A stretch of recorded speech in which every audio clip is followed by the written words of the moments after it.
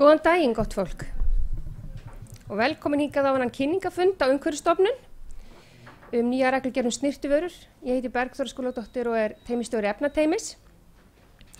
Eins og fram kom í póstinu sem þið fengu, þá með reglugerðinni gerðar hertar kröfur á framleiðendur og innflytjendur snyrtivara og með þessum breytingum ætlunin að stuðla að öruggari snyrtivörum á markaði, auka rekjanleika þeirra og einfalda stjórnsýslu. Samkvæmt þessari reglugerð þá þurfa allir framleiðendur að tilkynna markaðssetningu sín í vefgátt Evrópusambandsins og lögð sérstök áhersla á þetta tilkynningaferli í erindinu hér á eftir sem Haukur R. Magnússon sérfræðingur mun flytja. En áður en við byrjum þetta allt saman þá best að fara yfir svona tæknilega atriði. Þetta sent út á netinu, þannig að það nokkrir aðilar út á landi sem að fylgjast með. Við hvetjum ykkur að sjálfsögðu til þess að spyrja, en fyrir ykkur sem eru hér og vilja spyrja þá ætla ég að biðja ykkur að bara rétta upp hönd og þá kem ég með mikrofón til ykkar og hann hér, já, og til þess að allir heyri, líka út á landi. Og þeir sem eru út á landi og vilja spyrja, þá hafa þeir fengið upplýsingar í póstinum. Mér skilst það annarkvort að senda honum Sigurði bara spurningarnar eða þá að hringja inn. Já, ok. Það stendur allt í póstinum. Já. En nú bið ég bara Hauk velkominn að flytja erindi tilkynninga í snyrtivöru gagnagrunn.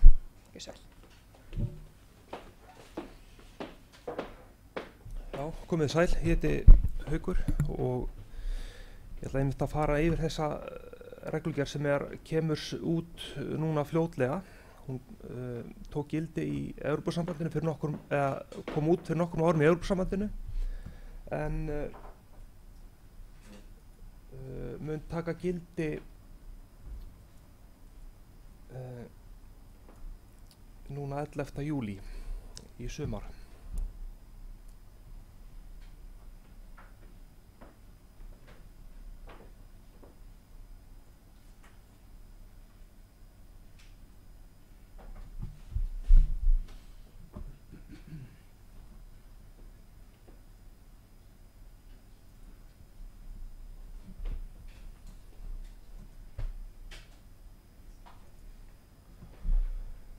Hún byggir á reglugerð frá 2009 sem kemur í stað eldri tilskipunar og að mestu leyti eins og gamla tilskipunin. En það eru nokkur svona mikilvæg atriði sem bætast við og þá það sérstaklega þessar tilkynningar sem að hafa hingað til átt að koma hingað á Umhverfisstofnun, fyrsta markaðssetning á snyrtivöru á Evrópska efnahagssvæðinu.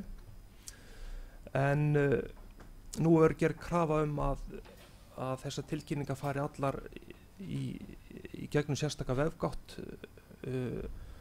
sem gildi fyrir allt Evrópska efnahagssvæðið og það kallar á svona aðeins meiri vinnu heldur en eingöngu að skila inn tilkynningu til Umhverfisstofnunar.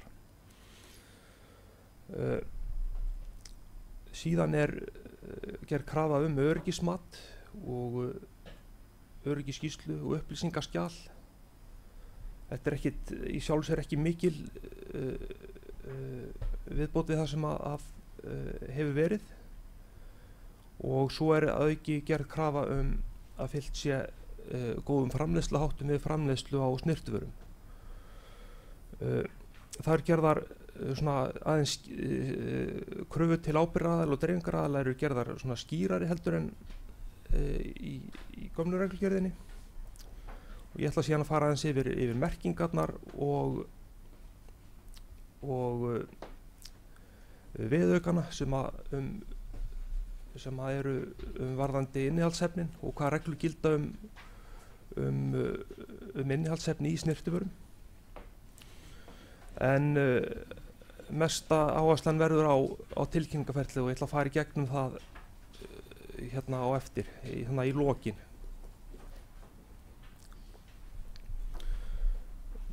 Mikilvægt að fara kannski bara fyrst yfir gildissvið að það ýmislegt sem kannski á markaði og kalla snyrtivara en ekki endilega snyrtivara. En snyrtivörur eru efnablöndur sem ætlaðar eru til notkunar á mannslíkamann, svo sem svo sem hörund, hár, neglur, varir, ytri kynfæri, tennur eða slímheimni í munni. Snyrtivörum einkum ætlað að hreinsa, breyta útliti, veita ilm, bæta líkamsþef eða vernda og halda líkamshlutum í góðu ástandi. Hins vegar eru vörur sem að hafa lækningagildi,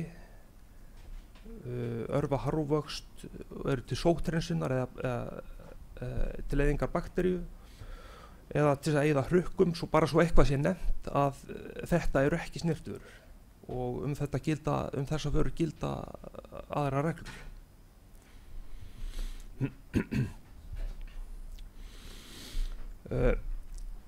Í reglugerðinni að þá er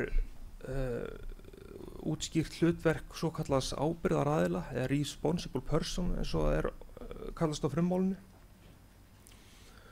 og þetta er eiginlega í staðinn bara fyrir hlutverk framleiðanda eða þetta er framleiðandi sem er eiginlega bara kallað núna ábyrgðaraðili og er þá einhver sem að innan fyrirtækisins sem að bera ábyrgð á því að snyrtivaran sé í samræmi við ákvæði reglugerðarinnar en framleiðandinn getur eða innflytjandinn, þetta á líka við innflytjendur á snyrtvörum þegar er að ræða vörur frá utan Evrópska efnahagssvæðisins en við svo sem tölum alveg framleiðendur hér vegna þess að þessi fundur er beinist svona fyrst og fremst að framleiðendum en framleiðandinn hann getur veitt einhverjum umboð til þess að fara með þetta hlutverk ábyrgðaraðila fyrir sína hönd.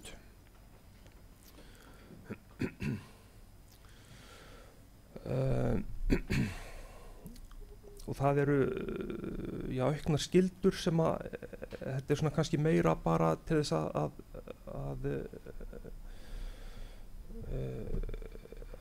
útskýra kannski þessar skyldur því að þetta er kannski eitthvað sem er vissulega alltaf hlutverk framleiðanda að bera ábyrgð á vöru og að innkalla vöru sem að stenst ekki kröfur og gera yfirvöldum viðvart ef að vara hefur farið út á markað sem að komið hefur ljós að stenst ekki kröfur stenst ekki öryggiskröfur fyrir neytendavörur og fyrir neytendur. Svo upp með dreifingaraðila. Dreifingaraðilinn hann ber ábyrgð á að sjá til þess að varan hafi réttar merkingar áður en að hún fer í dreifingu og hefur jafnframt þessa skyldur á að innkalla vörur sem stenst ekki kröfur og gera yfirvöldum viðvart ef ástæða þykir.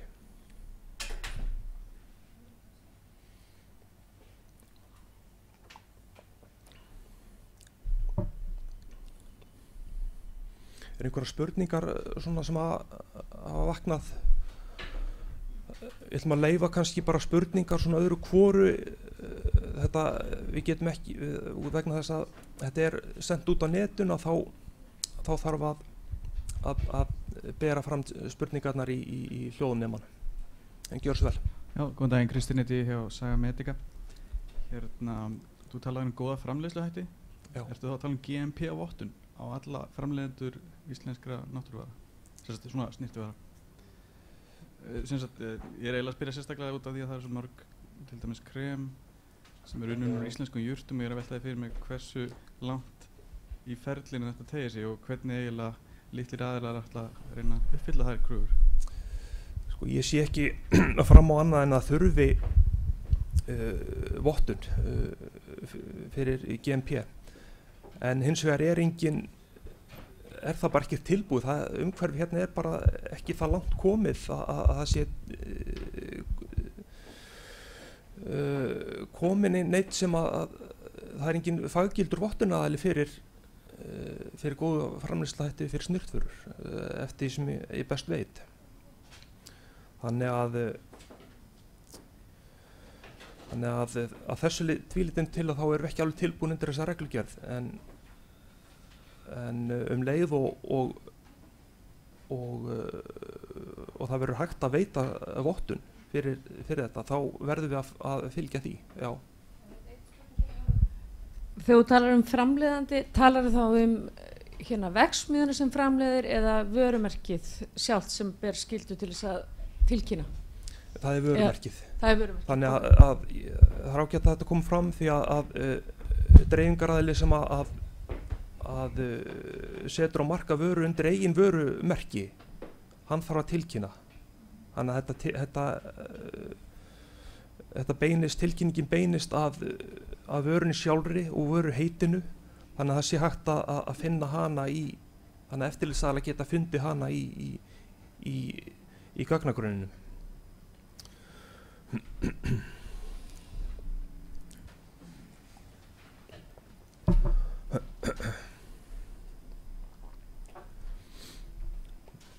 Öryggismatið, það skal vera framkvæmt af sérfræðingi með tilskilda menntun til þess og það þá einhver sérfræðingur í eiturefnafræði eða lyfjafræði, jafnvel læknisfræði eða annar til þess bær sérfræðingur og jafnframt í viðaukanum þá er hægt að sjá hvaða kröfur gerðar öryggisskýrslu og meðal annars það atriði eins og eiturefnafræðilegar upplýsingar innihaldsefnin og eðliseiginleikar og örverufræðilegar upplýsingar gæði framleiðslunnar.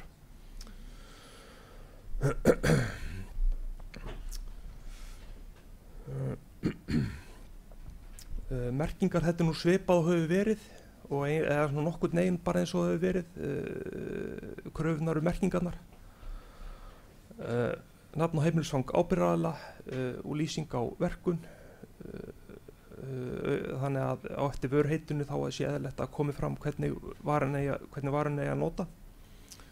Magnið, geymsluþolið ýmist táknað með stundaglasi og best fyrir dagsetningu eða ef að geymsluþolið meira en 30 mánuðir að þá hægt að sýna að opna krukku og hversu lengi hægt að ábyrgjast gæði vörunar eftir að hún opnuð og það þá talan sem inni í krukkunni eða til hliðar við hana.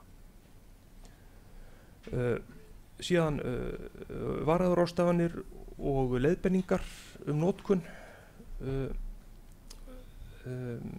og varúðarráðstafanir þær eiga að vera á íslensku á snyrtivörum.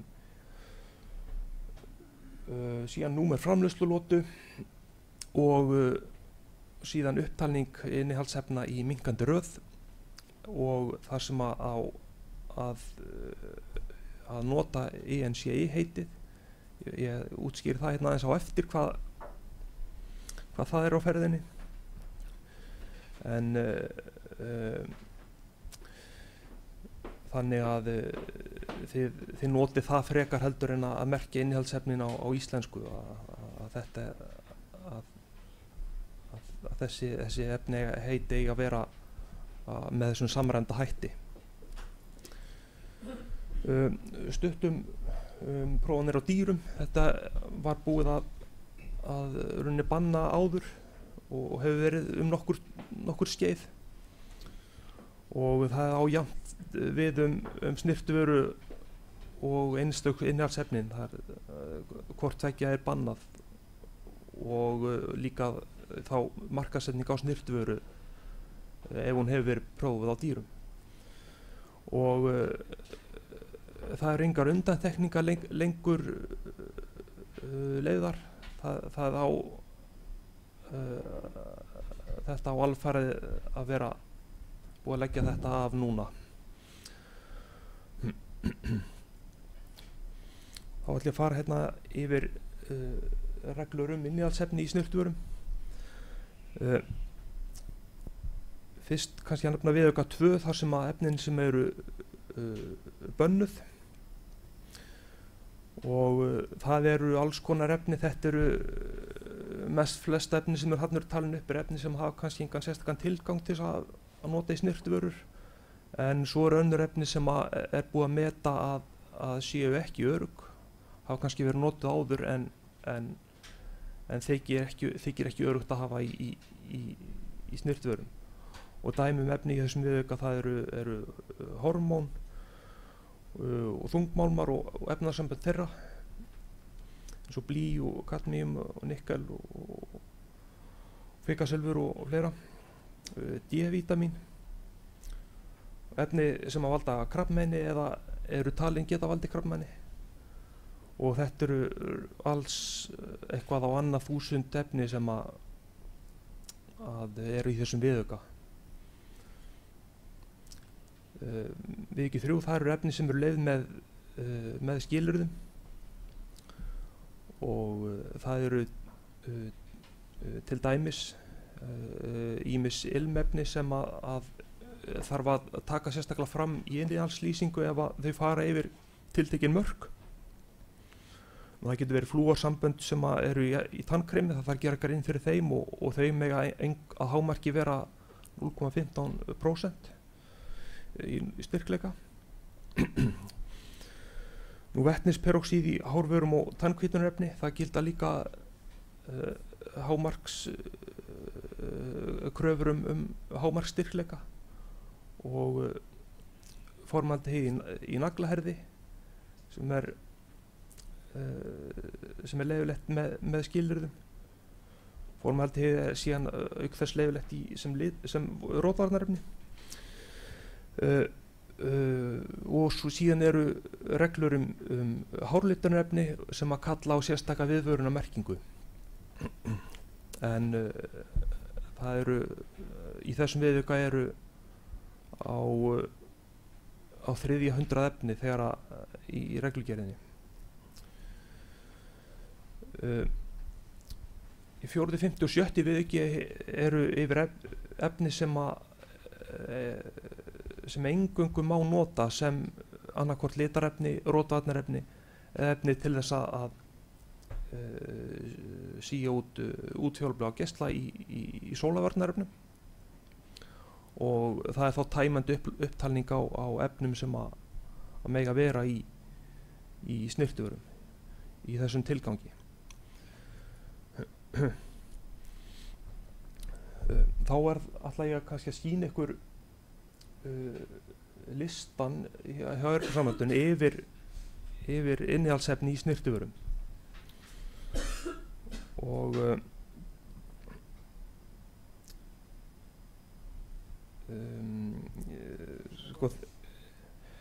sko listin þetta er ekki tæmandi listi yfir viðurkennd innihaldsefni, en þarna eru langflest efni sem að almennt eru notuð og þekkt notkun er á í snyrtivörum. Efnin eru þarna birt eftir ENCA heitum, og ENCA stendur fyrir International Nomenclature of Cosmetic Ingredients, það er að segja alþjóðlegur listi yfir innihaldsefni í snyrtivörum. Og þarna á þessari síðu er hægt að fá upplýsingar það hvort að efni sé fyrsta lagi hvort það sé viðurkennt sem innihaldsefni, og þá hugsanlega hvort að það sé þá leyfilegt samkvæmt núgildandi reglum, og þá hvort að það séu skilyrði fyrir notkun þess, og síðan eru þarna rannsóknarniðurstöður frá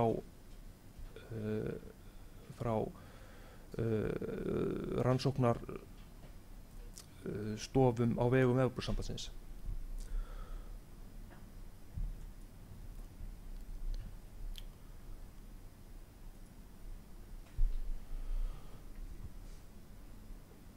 Þetta er síðan, og hér getum við leitað í listanum, og ef við Það hægt að leita líka eftir tilvísunarnúmerum, hvort sem KAS eða EC-númer. Og þetta getur síðan, sýnir síðan hins vegar alls konar aðra niðurstöður sem að innihalda þetta efnaheiti. Þannig að menn geta bara slegið inn hluta úr efnaheitinu til þess að fá til þess að leita að efnunum. Og hér sjáum við niðurstöðuna fyrir metanól. Maður hefði kannski haldið að það væri ekki leyfilegt, en það er leyfilegt með skilyrðum. Hérna tilvísun í 3. viðauka og færsluna í viðaukanum 52. Og það er leyfilegt að nota metanól ef það er notað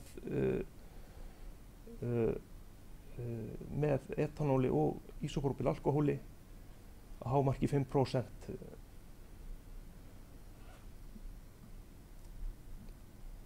Og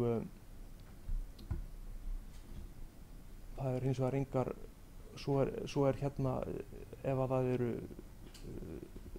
einhver álit frá vísindanefndum öryggi neytenda, að þá er það hægt að finna það hér ef það er til. Og ef þið hafið eitthvað efni sem að þið viljið að ég skoði, þá getið þið bara komið með það núna og við skoðum þetta. Eru þið með eitthvað sem þið viljið, eitthvað sem þið gutt eftir í hug?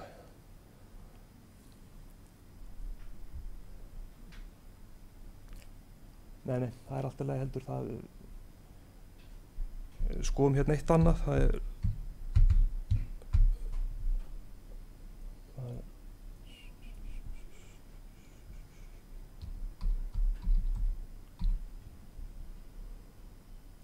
skoðum hérna formaldehýð.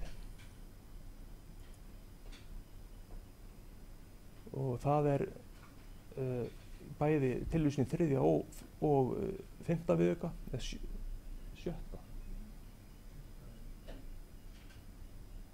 Já, þetta, já. Það er leyfilegt að nota sem rótvarnarefni og þannig að en það menn þurfa að skoða það þá hvort á þá við hvaða takmarkanir það gilda um notkunina með því að fletta upp í reglugerðinni í þessa viðauka og svo tilvís og svo er færslunúmerið fyrir aftan.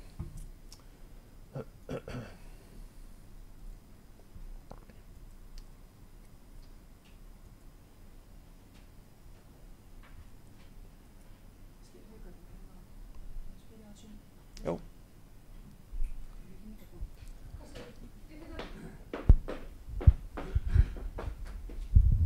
Já, Bryndís heiti ég hjá Samtökum iðnaðarins. Mér langar að spyrja varðandi þennan lista yfir efnin. Nú eru margir sem eru að nota í vörur einhver svona náttúruefni sem er ekki svona stöðluð þekkt efni eins og metanól og formaldehýð. Þau eru væntanlega ekki í þessum lista. Og hvernig er það? Getur þú sagt nokkur orð aðeins um það? Já, sko, efni sem eru unnin úr jurtum, þau eru mörg hver talin upp í þessum lista og eru þá er notað latneska heitið á jurtinni og síðan á að gera grein fyrir það er einhverjar reglur um það hvernig eigi að túlka að tákna þessa útdrætti úr jurtaefnum og það er þá ég held að sé yfirleitt þannig að það er þá latneska heiti og síðan bara extrakt á eftir. Ég man það ekki alveg nákvæmlega hvernig það er táknað en ef þetta eru efni sem eru ekki á listanum og er alveg til í dæminu, það er gott að fletta bara upp á latneska heitun í listanum og sjá hvort það sé til þar. en ef það er ekki að þá þarf bara að finna út latneska heitið en það verður þá bara að hafa það þó það sé ekki á þessum lista það er ekkit sem að segir að efnið þurfi endilega að vera á þessum lista þetta er ekki tæmandi listi eins og það segir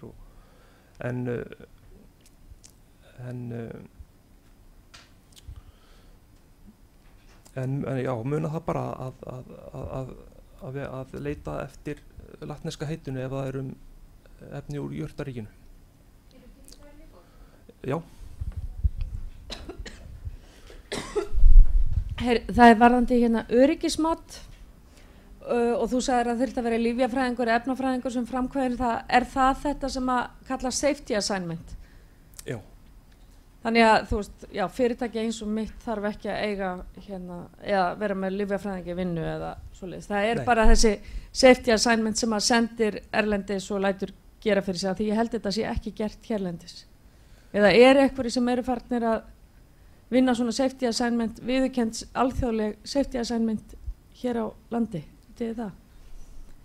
Sko, það er ekki beint hér krafa að sé einhver svona viðurkenndur aðili, bara að það sé með réttu menntunina til þess og það er þá trúverðuleikinn sem á að duga, menntun viðkomandi sérfræðings.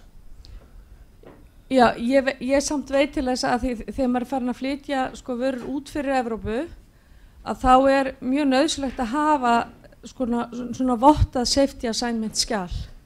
Já, mér finnst ólíklegt að sé einhver með vottun fyrir slíkt. Hér, en já, á Íslandi. Ég veit ekki neitt. Já, nei, þetta er bara svona spurning. Já. Já, halló aftur. Ég að velta fyrir mig varandi, þú veist að tala jurtina sem latneska heitið og það var það bara þess getið að það væri útdráttur úr þeirri jurt en nú mismunandi hvort til dæmis sé að ræða vassútdrætti eða alkohólútdrætti og þá er misjæft hvaða efni enda í útdrættinum á endanum. Vassútdráttur myndi aðskilja til dæmis að mestu leyti fituleysanlega efni frá vörunni. Þannig er einhver leið að aðgreina hann á milli og hvaða leið myndi maður fara, þú veist, ef maður þurfti að fara út í svona röksemdafæslur til þess að koma þessi í gang? Sko ég þekki það ekki nægilega vel. Það ég get bara bentir á ef þú bara myndi senda mig tölvupóst þá myndi ég geta fundið fyrir þig hvernig þú finnur út af því, hvernig þú eigir að gera hverjum fyrir þessu í innarslýsingunni.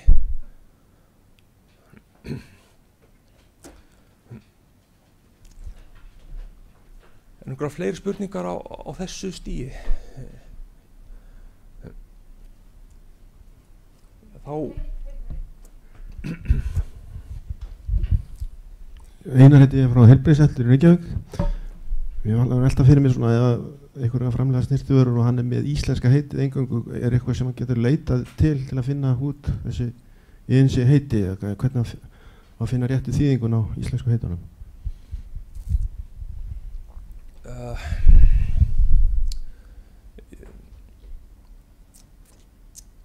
Já, það sko, já, það getur verið erfitt, það er ekki, en þetta bara viðkomandi framleiðandi, hann ætti að vera með þessar upplýsingar og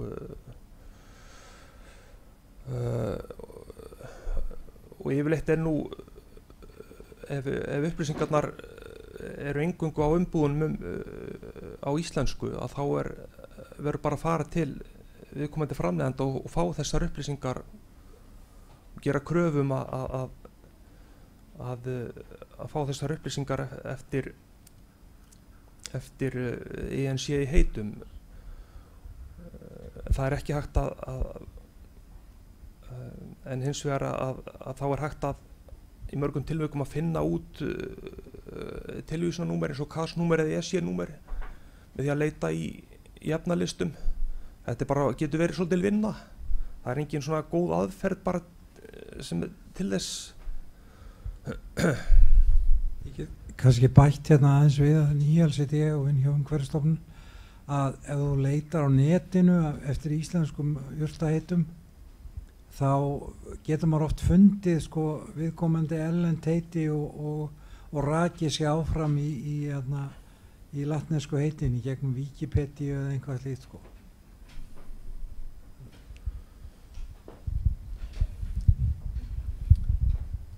En ef að snyrtuvörur sem eru með íslensk heiti og eru eingöngu á markaði og innanlands, það kannski ekki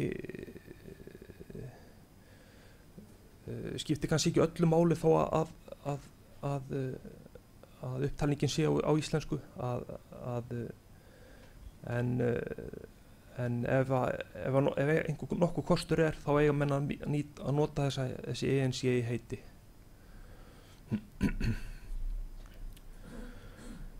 Þá það tilkynningaferlið. Það eru allar snyrtivörur sem að fara markað í Evrópska efnahagssvæðinu, þeir eiga að fara í sérstakan gagnagrunn og tilkynning í svokallað Cosmetic Products Notification Portal,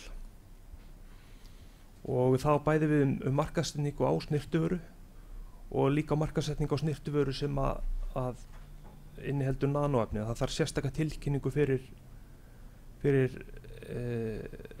ef það eru nanoefni til staðar í snyrtivörunni, einfaldlega vegna þess að innihaldsefnin það er búið að meta öryggi þeirra en það tekur ekki til þess ef þau eru á nanoformi að þá gilda að þá er ekki hægt að tryggja, er ekki tryggt að öryggi neytenda sé tryggt ef efnið sem er notað á nanoformi. Skráningin er í 2 skrefum og fyrst þarf að stofna aðgang og fá lykilorð. Þessu er öllu lýst í leiðbeiningabæklingi sem að Evrópusambandið hefur látið útgera, og það er best að fara vegna þess að ég ætla ekki að fara yfir innskráninguna sjálfa. Hún er svipuð og gengur og gerist, reyndar aðeins ítalegri og örlítið flóknari. En annað skref er síðan að skrá fyrirtækið og óska eftir aðgangi að vefgáttinni, og þá þarf að bíða eftir samþykki frá Evrópusambandinu. Það á ekki vera vandamál. Ég gat fengið þennan aðgang án þess að vera framleiðandi, og þó ég hafi óskað fyrst eftir aðgangi sem eftirlitsstjórnvald og þá var mér hafnað, en ég gat skráð fyrirtæki inn í án vandræða. Og þá ætlum ég bara að fara hérna í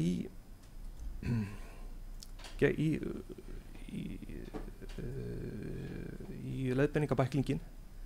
Þið eru kannski ekki komin með þennan bækling, en það er einn nánast óhjákvæmilegt að vera með bæklingin til þess að geta farið í gegnum þessa tilkynningar.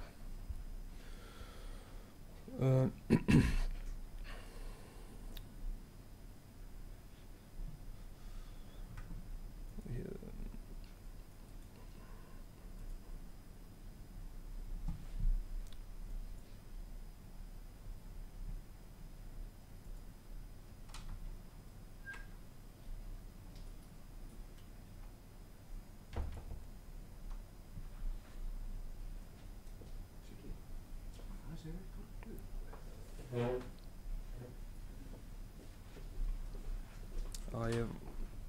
ég var ekki alveg réttum stað. Við byrjum þetta hér. Hérna er innskráningin.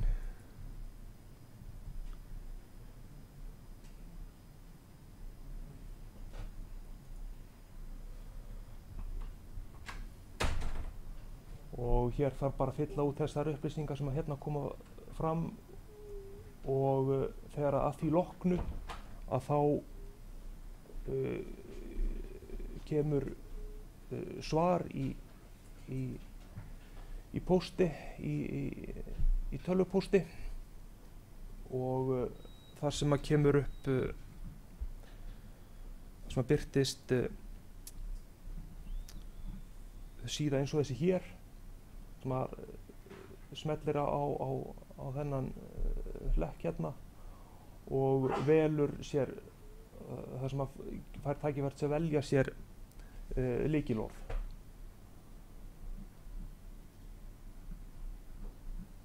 Og þegar það er komið þá þarf maður að skráu sig inn í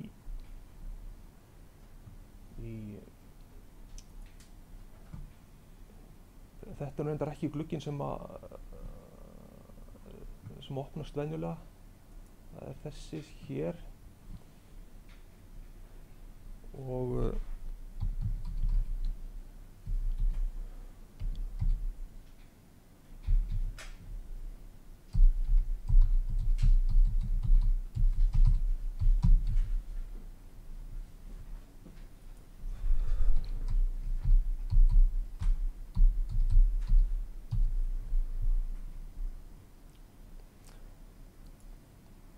þegar maður skráir sig inn í fyrsta skipti þá fær maður höfnun og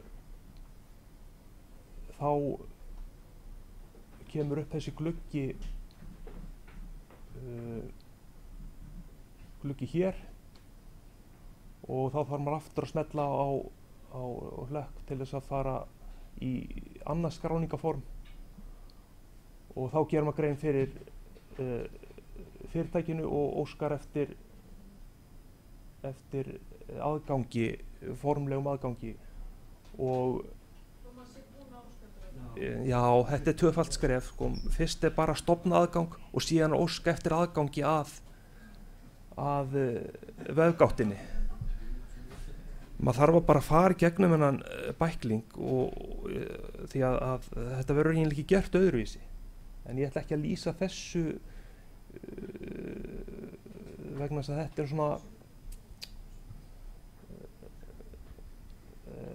neitt í smáatriðum því að það er alveg hægt að skilja þetta bara með því að fara í gegnum þennan bækling. Það þarf að velja síðan responsible person hérna úr þessari þessum glugga hér. Þetta skýrir sig allt sjálft í þessum leiðbeiningum hér.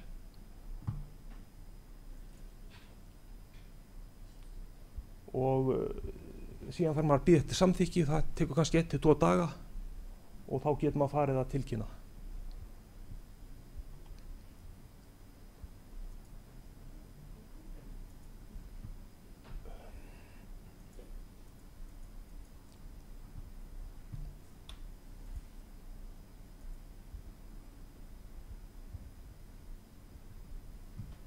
Þá opnast þessi gluggi hér og með útskýringum á því hvað er á ferðinni. Hérna hérna í endanum þá eru hægt að fá svar við ýmsum spurningum sem hafa vaknað hjá öðrum sem hafa tilkynnt. Hérna er leiðbeiningarnar en hins vegar að þá kemst maður eiginlega ekki þarna inn öðru sem að vera með bæklingin, leiðbeiningarnar, þannig að maður getur varla komist svo langt án þess. En síðan er hér, þetta er fyrir tilkynningar á nanóefnum. Nanóefnum. Ég ætla ekkert að fara út í það hér, ég á ekkert endalega vona því að þið séu með nanóefni. Þetta eru síðan fleiri svona, ég á nú eftir að skoða þetta sjálfur. Þetta einhverjar upplýsingar sem að getur komið á góðum nótum eða reglugerðin sjálfur hérna og vísindanefnd öryggi neytendavara og einhverjar leiðbeiningar nanóefni og upplýsingar það. Síðan það sem að fyrsta skrefið bara notify a single component product. Multi-component product, það er vörur sem eru notaðar þar sem að þarf að blanda áður en það eru notaðar.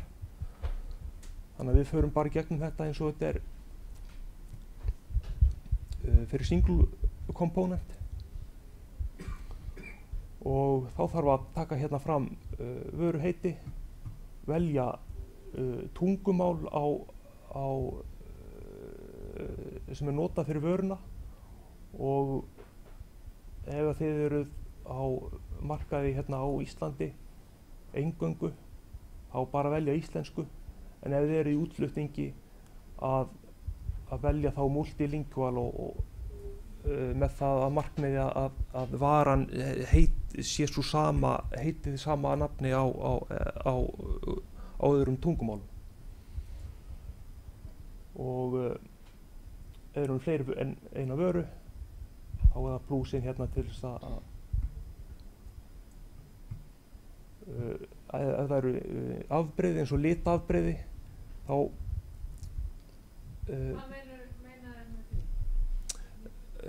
þannig bara að ef það eru fleiri en eitt afbrigði á vörunni og vilt ekki bara til þess að þurfa ekki að koma fram önnur tilkynning fyrir sömu vöru sem er bara í öðruvísi í öðrum lit eða eitthvað svoleiðis.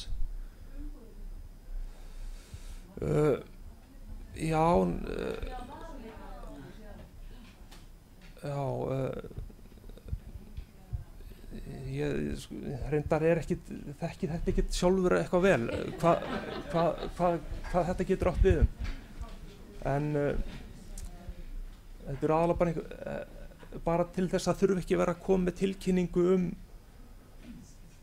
fleiri en eina tilkynningu fyrir vöru sem er nákvæmlega eins nema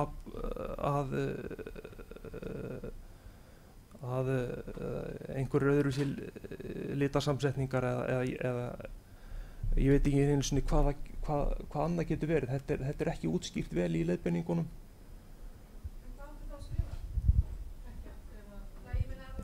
Já, öll með fleiri 50, já sko það í leiðbeiningum þá stendur þá þarf að ég skrifa þetta og síðan bara skástrik og svo bara skrifa næsta afbrigði og vissulega getur þetta verið svolítið mikill fjöldi en já, þetta er útskýrt í leiðbeiningunum betur en samt ekki voðalega nákvæmt. Ef varan er sérstaklega ætluð fyrir börn að þá það geta verið reglur fyrir vörur sem eru eingöngu fyrir börn undir 30 ára aldri. Það er svona þarf að svara þessu. Ef það er ástæða til þess að velja einhvern annan heldur en ábyrgðaraðilann til þess að gera grein fyrir svona einhverjum atvinnum varðandi þetta tilkynningaferli að þá er þetta að velja svona einhvern tengilið til þess að vera til þess að svara einhverjum spurningum sem að geta vaknað.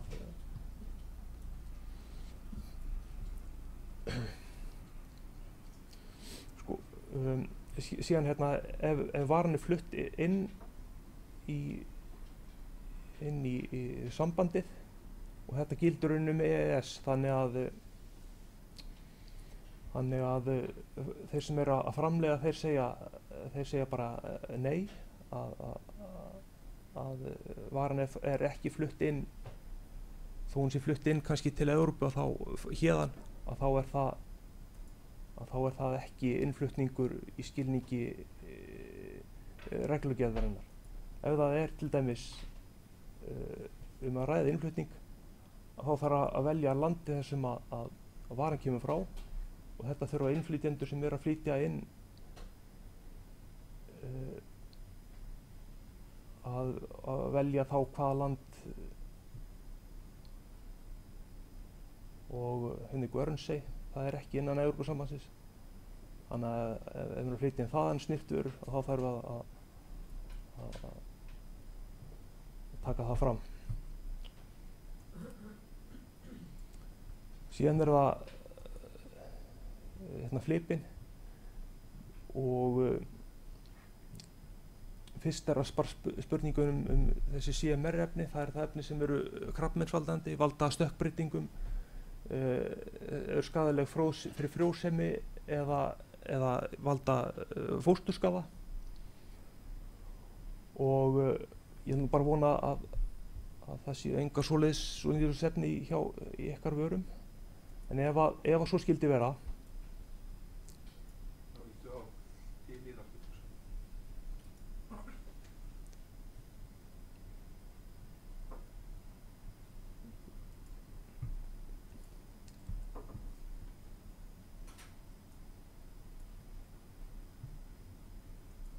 ef svo er, að þá er hægt að slá inn, og þetta virka þannig að það er hægt að slá inn hluta úr efnaheiti, 5 stafi held ég að sé, og þá kemur það upp, tökum til dæmis bara hérna blý, og þá er hérna að koma efni úr listanum sem að ég sýndi ykkur áðan, og innihalda og geta innihaldi blý, og ef þetta er eitthvað annað eins og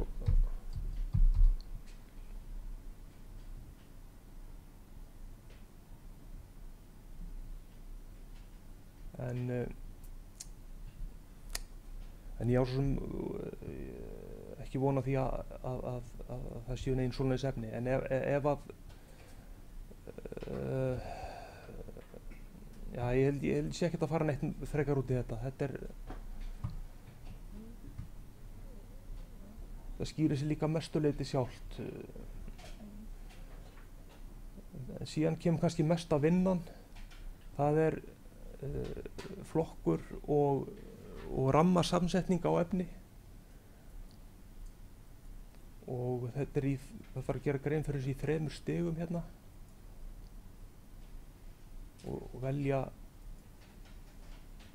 og þegar maður er búinn að velja eitt, að þá er komin að forsendu fyrir það hvað kemur hérna númer 2,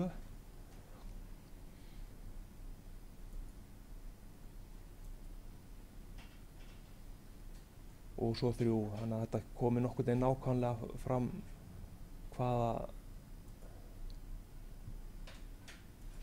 hvernig varan er,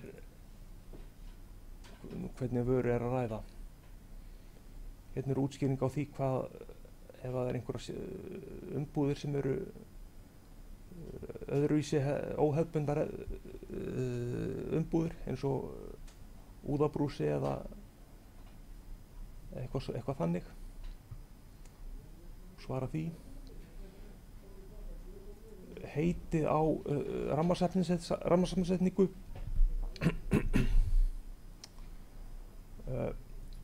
þá er hægt að velja eitthvað fyrirfram gefið, eða velja ef maður vill hafa sjálfur, eins og ætla sér til, að maður velji sjálfur heiti á rammasamsetningu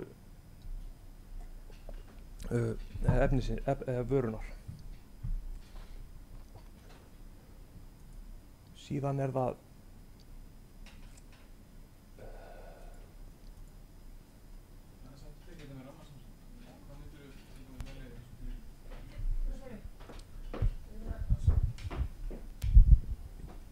Já, getur aðeins endur tekið þetta með rammasamsetninguna.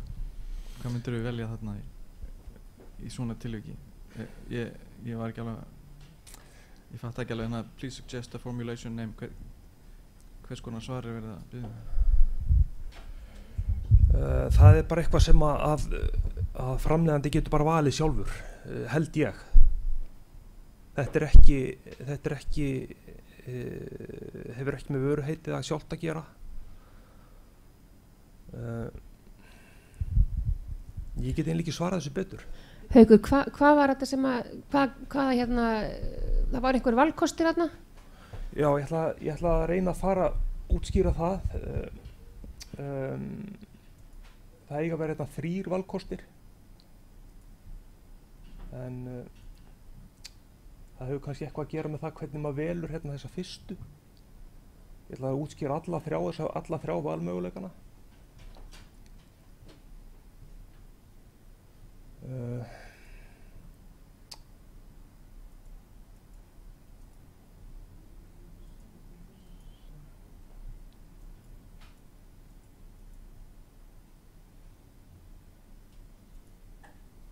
Já, og það þessi 3 möguleikar hérna á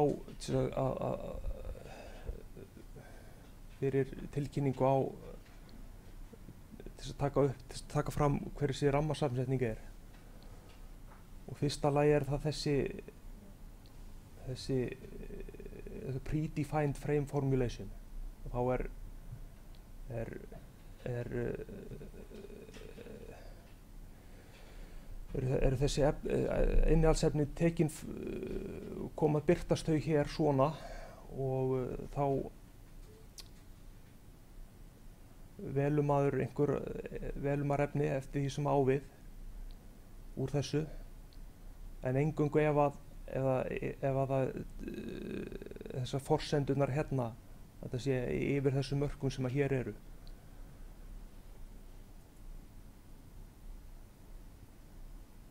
Og það þarf að gera grein fyrir líka ef það etanól, isopropanól, einhver svona ilmefni eða svoleiðis bragðefni eða ég veit ekki hvað. Og ef þá ekki, þá bara merkjum að við hér. Og efni sem eru ekki talið, sem kom ekki fram hérna og nú og í mörgum tilvikum að þá eru þessi efni ekkert í þessar upptalningu, að þá eru þau talin upp hér, og það gildir eins og áður að þá hægt að slá inn hluta úr efnaheitinu og þá kemur upp tilvísun í listan, en það er betra að vera með sem mestan efna, að treysta ekki of á þennan möguleika, að vera með í eins í heitið á hreina áður maður fer í þetta, gegnum þetta ferli.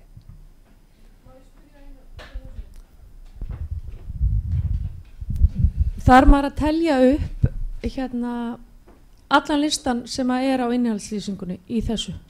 Já. Ok, þannig að maður skrifa bara innihalds sem eins og er lýst á umbúðum vörunar. Já, þarna í þessum lista. Það þarf líka að gera grein fyrir styrkleikanum. Þannig að það þarf að gefa upp hvað er mikið af hverju efni í vörunni. Já, en það þarf ekki að gera það nákvæmlega. Ég ætla að fara aðeins útskýra það betur núna á eftir. Ok. Eða núna bara kannski bara strax.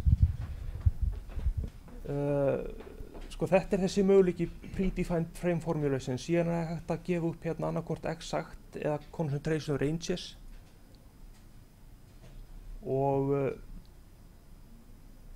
þá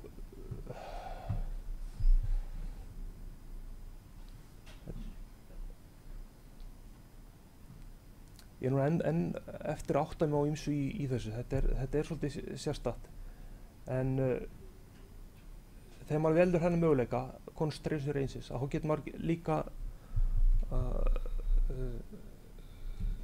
tekið fram hérna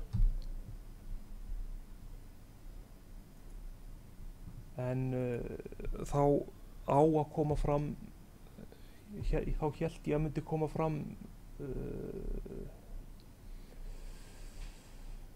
þetta var einhvern veginn ekki eins og þetta ég held að þetta væri, en í leiðbeiningunum að þá stendur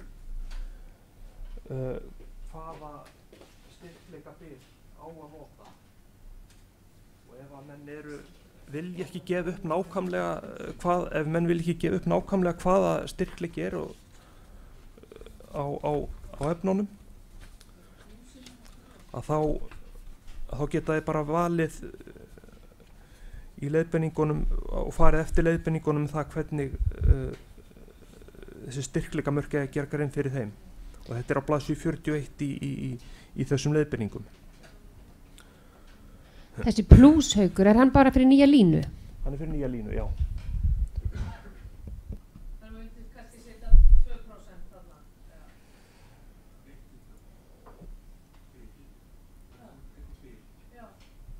Já, maður ræður því, en maður getur líka valið hérna að gefa upp þetta nákvæmlega.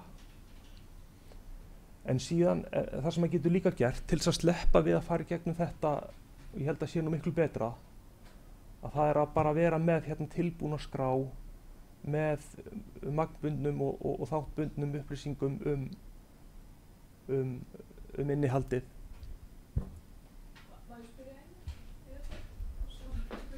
Já, að gera, gott að fá spurningar.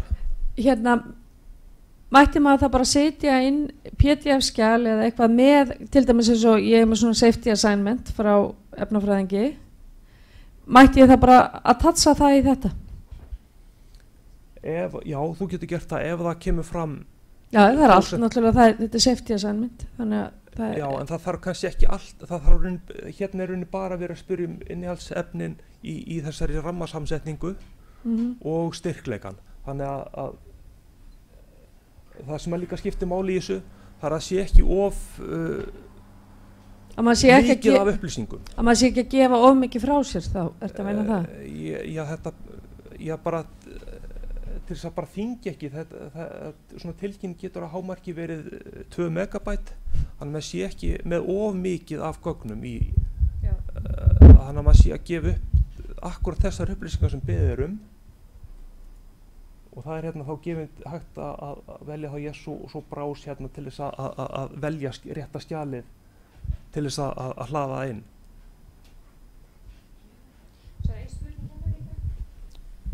Já, góðan dag. Ég bara aðeins að velta fyrir mér áðan þegar þú áttir að gera specific formulation sjálfur eða hvað var það? Var það að því þú gerði þá í staðin fyrir soap toilet að gerði þú other? Ég fatt ekki alveg hvað það var. Ég held að það hafi verið þessi munur hér akkurat að ef ég valdi áðvera þá voru færri möguleikar. Ég var nú bara að sjá þetta núna að ef maður er sjálfur að velja heiti á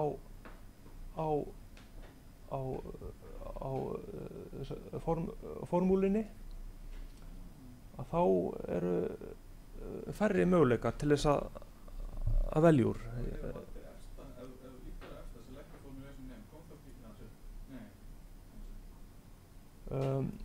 Jú, þá er líka hægt, en það þarf hvort þið er að svara þessu.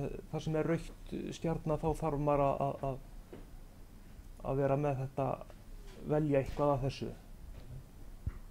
Það er ætlast, það stendur leiðbeiningu, það er ætlast til þess að maður noti þennan möguleika, að velja sjálfur heitið, en það er ekki gerð athugasemd við það þó að sé bara eitthvað svona, maður kalli formúluna annarkvort bara.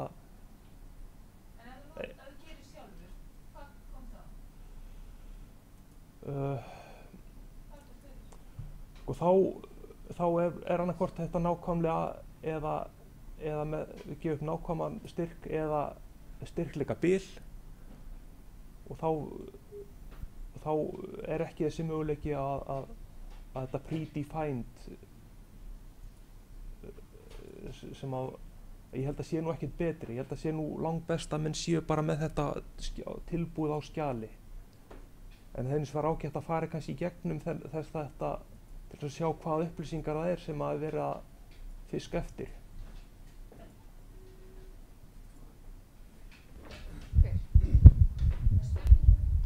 Já, mér langar að spyrja sko, það sem að gerist þegar maður er að skrá í svona stundi gerir maður mistök sko og ítir orðast að submit, er þetta að eyða þarna skráningum úr grunninum sem eru rangar?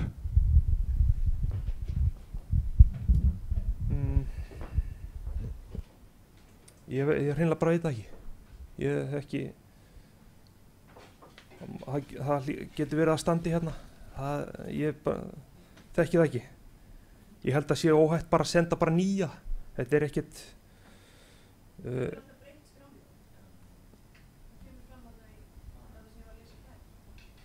já, það er gott að vita það.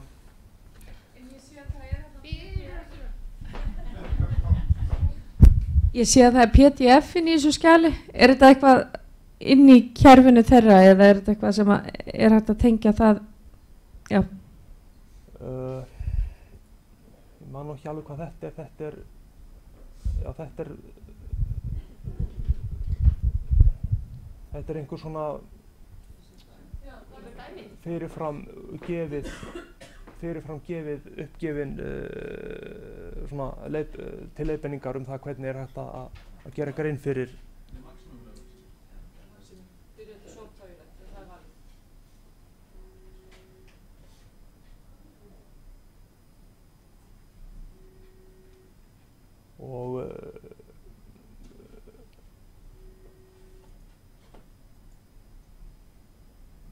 og það kemur þá þetta ræðist af því hvernig maður velur þetta hérna, hvaða skjal það er sem að birtist hér.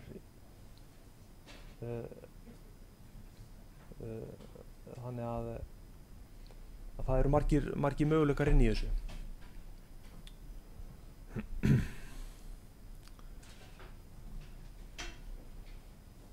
Síðan er það hérna að lokum.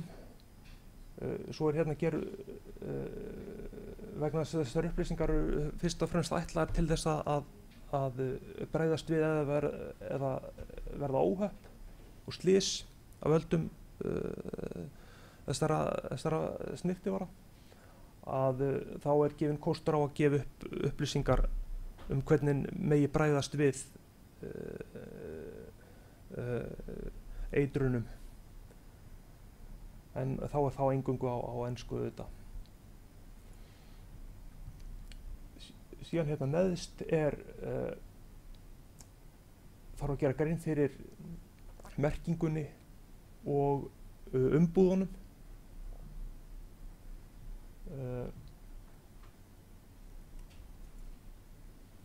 Hérna er hægt að senda inn skjal með upplýsingum innihaldsmerkinguna. Þetta er fyrsta merkingin sjálf og maður getur annarkvort skrifa það, merkingin það er þessi atriði sem ég fór yfir áðan, það er þessi skyldbundna atriði sem eru talin upp í 19. grein. Og það er bara, fyrst og fremst er það þá, það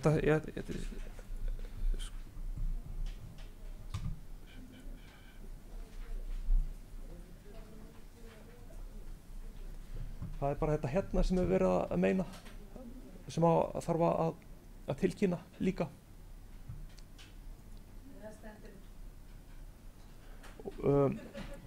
Og maður geta valið að velja textan, að setja textan inn hér eða vera tilbúið með þetta í einu skjali. Svo er annað, það eru umbúðurnar, þá að eins og stendur í reglugerðinni að senda inn mynd af umbúðunum þar sem merkingarnar eru sýndar og það þarf ekki að gera það strax leið og maður tilkynir, heldur en nóg að gera það er nóg að gera það rétt áður en að varan fer í dreifingu eða fer út á markaðinn.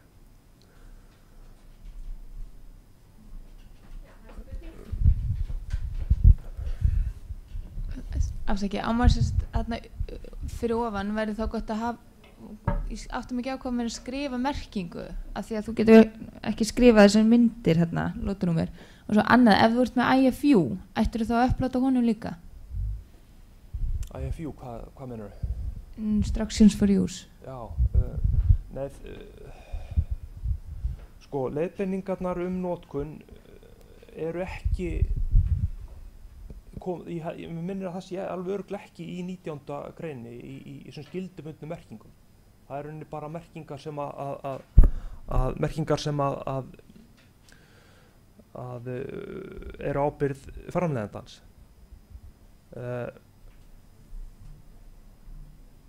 En samkvæmt því sem að segir í leiðbeiningum og reglugerðinni fyrst og fremst í leiðbeiningunum er að allur ég man ekki hvernig þetta er nákvæmlega en ég held að ég myndi allavega telja það nóg að telja upp þessar upplýsingar sem er krafist í reglugerðinni.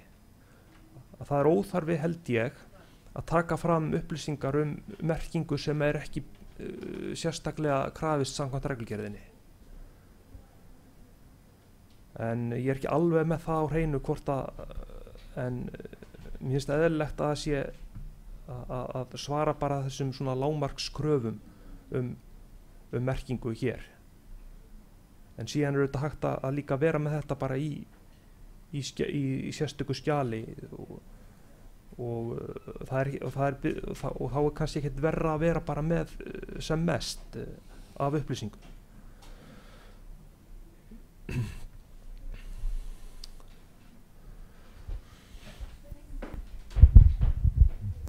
Mér dettur í hug, er ekki bara hægt að senda til dæmis bara eins og PDF eða svona screenshot af miðanum sínum eða umbúðunum inn á þetta til þess að einfalda þetta svo maður sé ekki að því þú varst að segja þetta er bara svona punktur. Sko, það þarf að gera hverjum hvort vekja, það þarf bæði að senda myndina og vera með þetta þannig að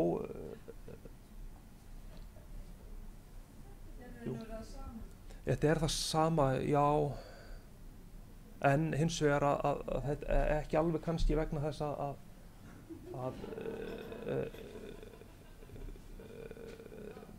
það er kannski ekki alltaf hægt að lesa út úr myndinni hvað upplýsingar eru á þetta er á mynd en myndin skiptir líka máli vegna þess að útlit, það eru reglur hvernig útlit snyrtivöru eigi að vera snyrtivara má ekki vera með hvernig sem er útlitið það má ekki vera villandi framsetning þannig að menn geti vilst á þessu og einhver annari vöru það er það sem held ég að sé að verið að fiska eftir með því að senda þessa mynd að útlit vörunar sé í samræmi við reglugerðin en ekki bara sjálf merkingin. Mér dettur líka í hug vegna þess að þetta er gagnagrunnur, hvort að það veri beðið um texta, að þess að draga textan út, það sé ekki bara þá PDF.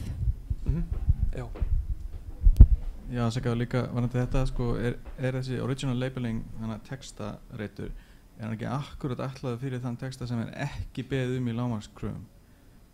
Vegna þess að á sama hátt og sendir inn mynd sem að Evrópusambandið vill líklega kontrollera einhvern hátt, eru þeir þá ekki akkurat að reyna að hafa allt til staðar, þú veist, þannig að bara sérst varandi markaðstextan og markaðssetninguna sem að er þá getur verið sko allavega. Þannig að það er ekki akkurat það sem við verðum að biðja hann að frekar heldur en eitthvað sem er búið að biðja annar staðar mögulega. Já, ég man þetta ekki alveg nákvæmlega, hvernig það er.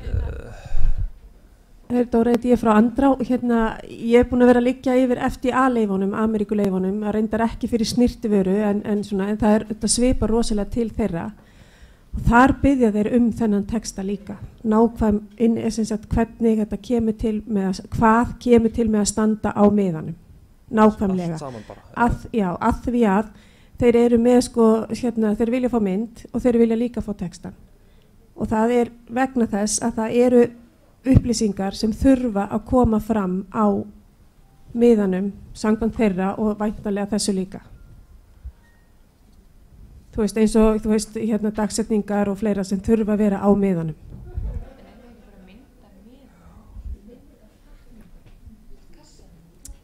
Jú, þú þarft að senda það líka.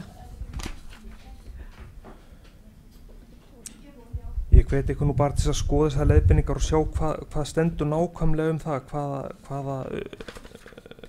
hvaða merkingar og upplýsingar þarna er verið að meina. Hvort það sé eingöngu það sem talið upp í reglugerðinni eða líka einhverja viðbótar upplýsingar. Ég man ekki eftir að hafa séð til dæmis að leiðbeiningar notkun þurfi að koma þarna fram, en það getur verið.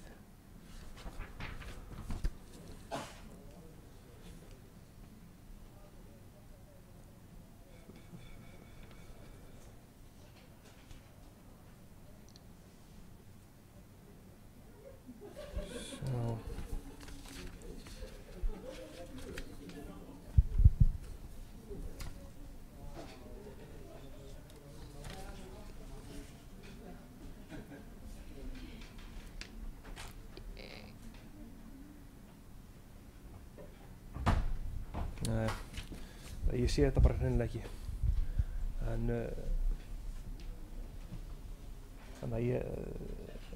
það er kannski bara að gera þá að vera með bara sem nákvæmastar upplýsingar textan sem að kemur fram í merkingunni, til þess að vera með það á hreinu, til þess að vera með allt, til þess að vera með það örugt.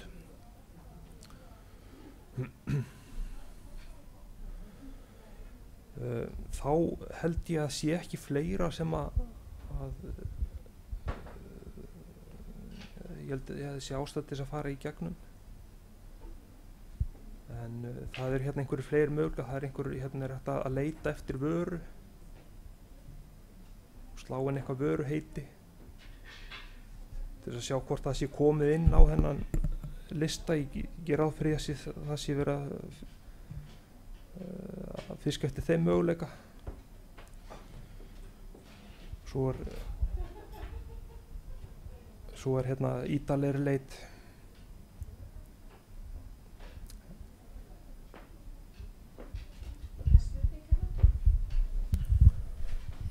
Ég byrst afsökunar ef þú kannski búinn að svara þessu, en langar, nú skráir þetta inn og væntanlega þá er þetta svona eitthvað svona samþykkt eða gerð athugasemd við það. Það er væntanlega eitthvað ferli og ferði eitthvað feedback. Nei, það er ekki.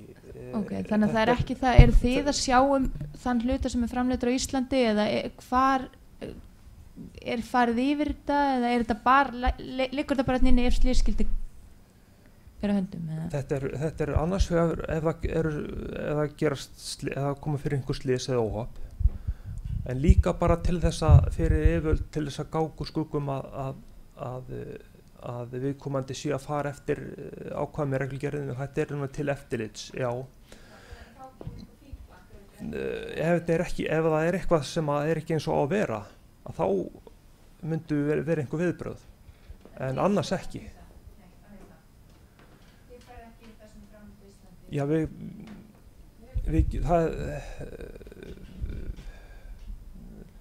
þá bara eftir að koma í ljós hvernig því verður háttað.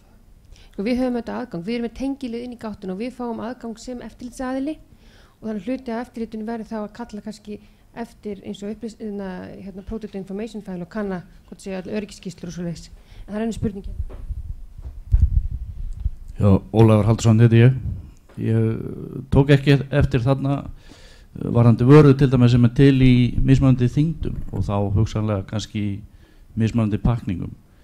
Skráum eða það sem bara eina skráningu eða margar, eða er það svipað með litina, maður gerir bara eitthvað staðar í athugasemdir til í svona mörgum þyngdum og sendur svo bara 3-4 myndir eða?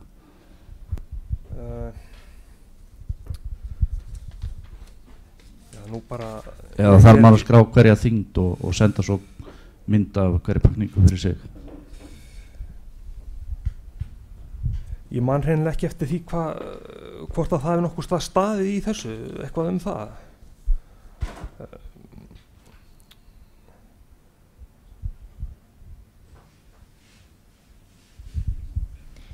Ekki bara að gera hvetja fólk til að senda það bara spurningar, það skoða þetta bara þá? Hvað segir það, Haukur? Ég held að það væri ágætt að ef það eru að senda bara inn spurningar á netfangi okkar og við reynum að svara því eftir bestu getu. Við erum kannski ekki með alveg nákvæmlega öll svör við við ekki séð fyrir kannski öll atvik sem getur komið upp við svona tilkynningar, en með svona mismunandi umbúðastærðir sjálfum finnst mér nú nóg ef vegna þess að þetta nú beinist að samsetningunni sjálfri, ef hún breytist ekki, að þá finnst mér nú sjálfur nóg að það væri bara ein tilkynning fyrir eina slíka vöru, en hins vegar að þá mæli nú með því að séu sendar inn fleiri, að sé send inn tilkynning fyrir mismunandi meðan annað kemur ljós vegna þess að þetta varðar líka hvernig útlitið á umbúðunum, þetta eftirlit og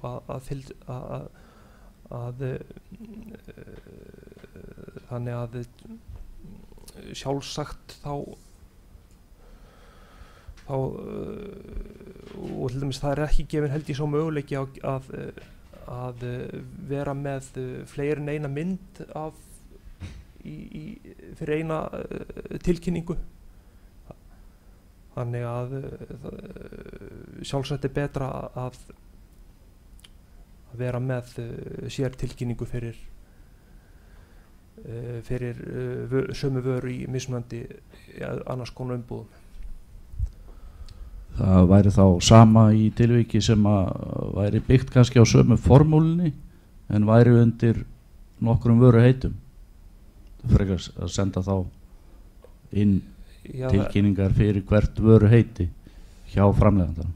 Sko, þó að sé í raun byggt á sömu grunn formúlu sem að maður þá alltaf setja bara inn sömu formúlu eða eitthvað, en bara annað vöruheiti og aðra mynd. Já, sko, það er mjög mikilvægt að vöruheitið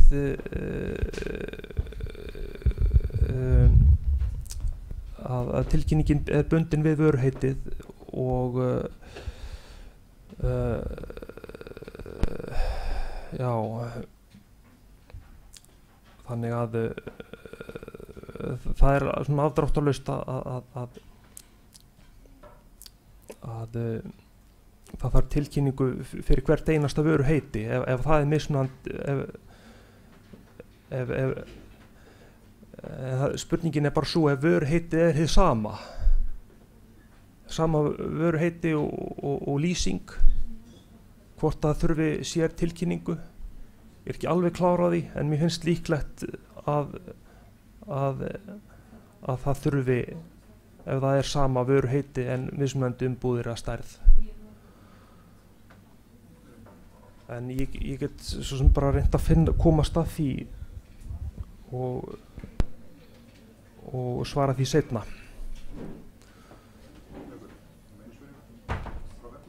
Já. Hér er spurning sem við sendum frá Hrefnu Voge, Sápu gaman held ég að heiti sem hún er. Hún spyr tvær spurningar: fáum við þennan bækling sendan? Og önnur, í skráningunum, ef maður er með sömu uppskriftina en er með mismunandi liti og ilmi, eru það þá margar skráningar eða ein?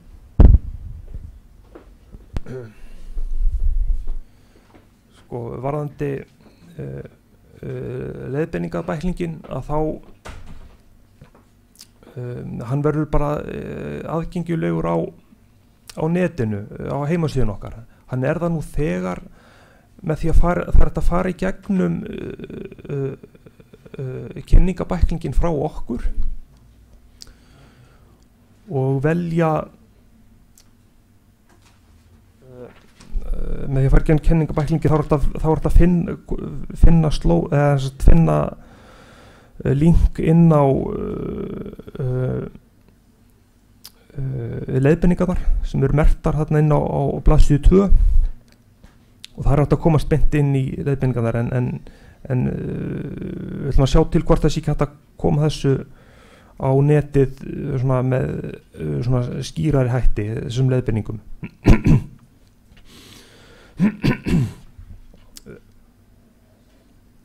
Varðandi efni sem eru mismunandi ilmefnum og svoleiðis að það er mikilvægt að ef það er mismunandi ilmur að það getur ekki talist sem svona shade afbrigði að það þarf þá sér tilkynningu fyrir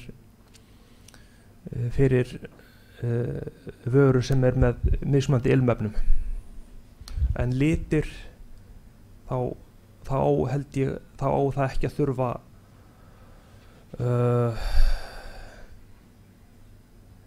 en þetta er varðandi þess að með litina það er ekki útskýrt rinni nægilega vel í leiðbeiningunum en ég ætla að sjá hvort ég get ekki fengi betri svör við því þannig að ég geti svarað því seinna.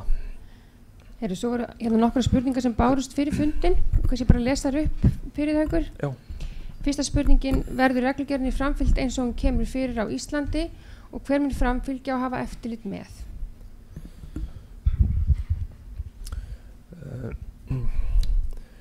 Varðandi reglugerðina, nú er komin ný lög sem að taka til eftirlitsins sérstaklega. Fyrst varðandi framleiðsluna þá er eftirlitið með framleiðslunni er hjá heilbrigðiseftirlitinu sem að veiti starfsleyfi fyrir framleiðslu á snyrtivörum og það verður áfram hjá heilbrigðiseftirlitinu. Eftirlit með sölunni það verður mun færast yfir til Umhverfisstofnunar og verður frá með næsta áramótum alfarið á ábyrgð Umhverfisstofnunar eftirlitið á markaði með snyrtivörum.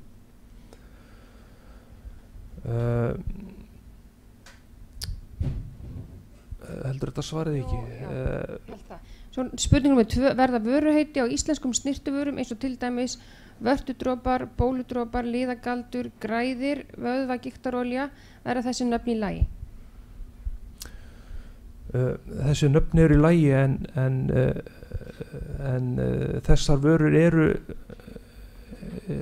ekki snyrtivörur í skilningi reglugerðarinnar vegna þess að snyrtivörur vörur sem eru með lækningamátt, lækningagildi það eru ekki snyrtivörur og það eiga að vera og falla undir aðra reglur heldur en snyrtivörureglugerð. Ég ætla kannski að halda bara að þetta eru 4 spurningar og 3. spurningin, megum við segja að framleiðslu vara sé græðandi eða lini verki sé bakteríu eða sveppa eyðandi sem svipaðu áður? Já, það gildir það sama og að auki varðandi sótthreinsun og bakteríu drepandi efni að það eru aðra reglur sem að gilda sótthreinsandi efni.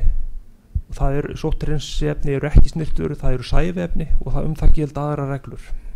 Og svo 4. spurningin kannski svipuð það sem var aðeins rætt hérna. Það vísa í staðalinn, það er GMP ISO 22716/2007. Verður einhver stofnun á Íslandi sem vottar að fyrirtæki fari eftir þessum staðli eða verður nógast að hverjum sig lýsi því yfir að fari sig eftir þessu? Ég vildi nú bara lesta upp þó að þessi kannski búið aðeins að ræða þetta. Já, það er ekki komin svo við vitum til og vottunaraðili fyrir faggildu vottunaraðili fyrir varðandi akkurat þennan staðal en hvort það sé hægt að fylgja öðrum stöðlum hvort það sé eitthvað til eitthvað annað góða framleiðslu á þetta, ég þekki það ekki, ég þekki bara þennan eina staðal og það er ekki neitt sem að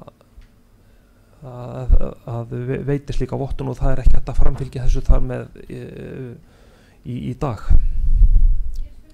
Já, það var hérna í framhaldi því sem var talað áðan í sambandi við mögnin sem að noti nú fleirtölu. Sko það er náttúrulega hægt að tryggsa það með því til dæmis að taka myndir af öllum umbúðunum sem eru mismunandi stórar, því að myndin á fyrst og fremst að sýna sko hvort að umbúðuna sé að gefa röng skilaboð. Ef að innihaldi er það sama þá er það tekið fram handa framar, þannig að ég vildi bara svona taka þetta fram. Hérna, þetta sló mig svolítið út af laginu með að það er vara sem ég framleiði sem heitir Græðir og að það flokkist ekki undir snyrtivara, að það er raun og verið að gera það verkum að ég get ekki haft þess að vöru á markaði, að því að ef hún á að heita lækningavara þá þarf ég að sko fara með henni í gegnum ferli sem að kostar milljarða og hérna, og ég hef látið henni bara heita Græðir Healing Balm til þess að ég sé ekki að markasetja hana sem lækningaveru. Svo er ég bara með testimonials onni hérna á litlu miða sem að fólk skrifar undir. Hérna, ég bara, þú veist, ég er að spá hvernig ég get snúið mér í sambandi við þetta og þeir sem eru einmitt með eitthvað vörtukrem, og svo er ég með annað krem sem er líka svona healing balm sem heitir sko Kistu mig, sem er raun og veru ekki lýsandi endilega fyrir það sem að það er, að meðan að Græðir, þú veist, Græðir getur þýtt svo margt. Hérna, ég bara að spá í hvert ég á að snúa mér til þess að reyna að finna út úr þessu til þess að vera löglega, því að maður vill það náttúrulega. Í svona tilvikum þá þarf bara ofta að skoða hverja vöru fyrir sig, að það er ekki alltaf einhver skýr mörk sem er hægt að draga þarna á milli, þannig að það er ekki, ég get ekki alveg svarað því fyrir en ég er með svona meir upplýsingar það hvað vörur eigi hlut, hvort að þetta geti talið snyrtivara, en þetta hljómar vola þannig að þetta eigi að vera ef það er lofað einhverjum að lækni eitthvað, einhverja kvilla, einhverja. En ég geri það ekki að mínum umbúðum. Já, þá gæti það sloppið ef það er, en þetta er eitthvað sem þarf oft bara að skoða í hver skipti. Já, það er hægt að fá bara álit hjá okkur það hvort að þetta sé snyrtivara. Ég sé það ekki alveg fyrir mér öðruvísi og hvort að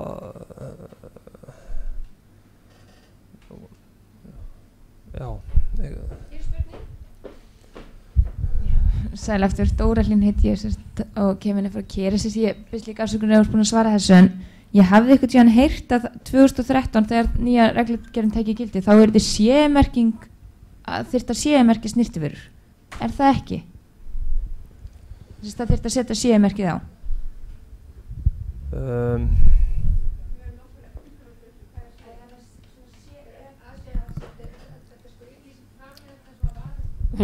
Að hérna, sko Neytendastofa er með umsjón með CE-merkingunum. Þetta er yfirlýsing framleiðandans að varan, tiltekið vara eins og bara leikföng og svoleiðis, að uppfylli kröfur sem eru gerðar til vörunar í Evrópu.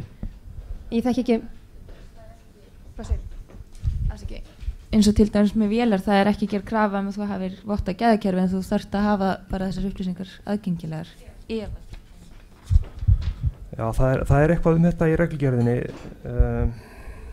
Hérna, snyrtivörur að vera sérstaklega tekið fram í fyrri reglugerð að CE-merking gildi ekki snyrtivörur, en já, en svo er medical device, það er náttúrulega, þar gildir þetta.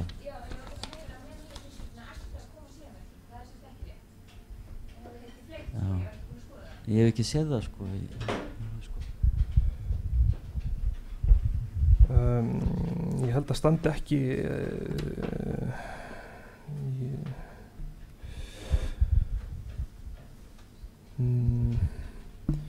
það er eitthvað sem að gildi varðandi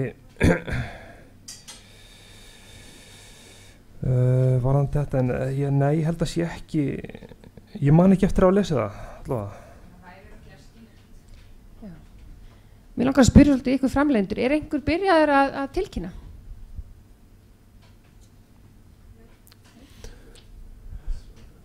Já, nefnilega einhverju gæti hafa lent í vandræðum, það er bara tiltölulega stutt síðan að það var byrjað að taka við tilkynningu frá Íslandi. Og Noregi. Og Noregi, já, og þannig að þannig að einhverju gæti hafa lent í vandræðum með þetta, en þetta á alltaf að vera komið í stand núna, þannig að íslenskir framleiðendur geta núna tilkynnt eins og aðrir eins og framleiðendur og innflytjendur í Evrópusambandinu. Já, ég einhverja fleiri spurningar. En þið getið líka bara sendt inn spurningar til okkar varðandi þetta, það er alveg örugglega fleiri spurningar sem munu vakna og endilega bara látið í ykkur heyra með það. Þá þakka ykkur bara kærlega fyrir komuna og gangi ykkur vel.